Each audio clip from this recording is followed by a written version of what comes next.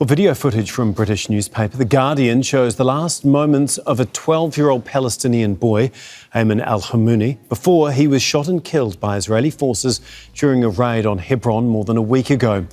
Israel has dramatically increased the frequency and intensity of its raids on the occupied West Bank since it launched its war on Gaza. Well, 14 Palestinian children have been killed in the occupied West Bank since the beginning of this year.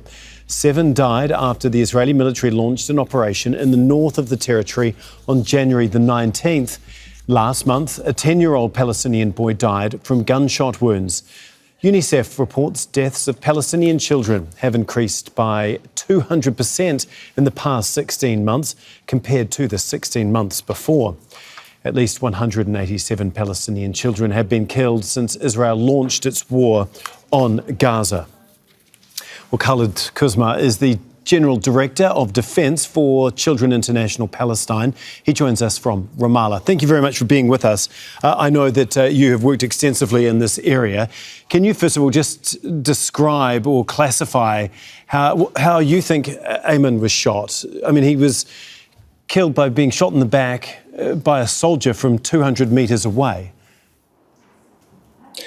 Yes, what happened with Ayman is the same with what happened with more than 16 children during 2025 being killed in Palestine, in the West Bank, without any reason. So Ayman was visiting his relative, and while he was playing in the neighborhood there, the soldiers been shot and killed him. And even in the article in The Guardian, they shows from their resources that the soldiers saw the body, the victim, and then they left without any care, that they do not care about the life of the child that they killed without any reason. So this is a policy. It is not a soldier's practice. It is a policy. Systematic policy started since the beginning of the occupation. It's not related to the 7th of October 2023. The killing is continuous. Right to life for the Palestinian children is not anymore guaranteed. So it's violated again systematically and continuously without holding any soldier accountable for these crimes that they committed. Against the children. We'll get onto the accountability and justice for the families of those children that have been killed. Can you just talk us through, first of all, though, some of the other examples of children being killed in the occupied West Bank? And can you just explain how prolific it is for the Israeli military to, first of all, target and then kill children there? So, West Bank is considered part of the Palestinian occupied territories, and it's subject to the international humanitarian law. Israel, as an occupying power, they are obliged to open a real investigation for each case of children being killed or injured. Israel, as a occupying power, is responsible of offering all the children in the occupied territory to enjoy their rights according to the Child Rights Convention and to the international law. In the contrary, what happened is in the contrary.